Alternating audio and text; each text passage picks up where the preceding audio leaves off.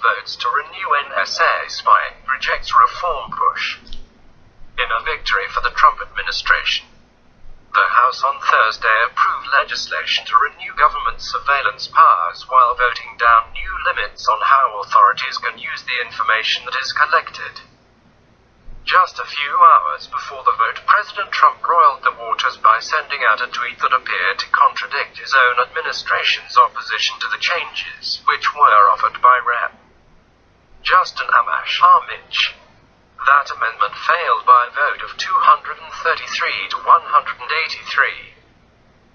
House votes on controversial FISA ACT today. This is the act that may have been used, with the help of the discredited and phony Dossier, to so badly surveil and abuse the Trump campaign by the previous administration and others, Trump tweeted. The White House had said it supported the underlying surveillance bill but strongly opposed Amash's amendment. Trump later clarified that he has personally directed the fix to the unmasking process since taking office, and today's vote is about foreign surveillance of foreign bad guys on foreign land. After rejecting Amash's amendment, the House passed an underlying bill backed by members of the House Intelligence and Judiciary Committees that renewed the NSA's warrantless surveillance program with just a few small changes.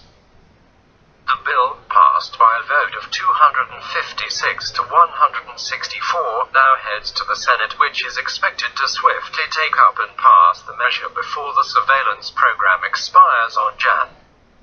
19. At issue is a law passed in 2008 known as Section 702 of the Foreign Intelligence Surveillance Act, FISA, that allows the NSA to collect texts and emails of foreigners abroad without an individualized warrant, even when they communicate with Americans in the U.S. Throughout the fall, privacy advocates on Capitol Hill pushed for changes to the law that critics say are necessary to ensure Fourth Amendment protections for people swept up in surveillance. The push seemed to gain some momentum even over the objections of the Trump administration.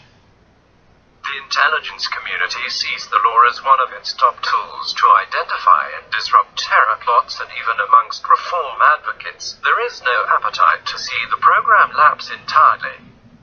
But House Judiciary Chairman Bob Goodlatte, RVA, has long said a clean reauthorization of Section 702, without any changes, would not pass the House, where the powerful Freedom Caucus has banded together with privacy-minded Democrats to advocate for tighter restrictions on how government investigators can use data gathered under the program.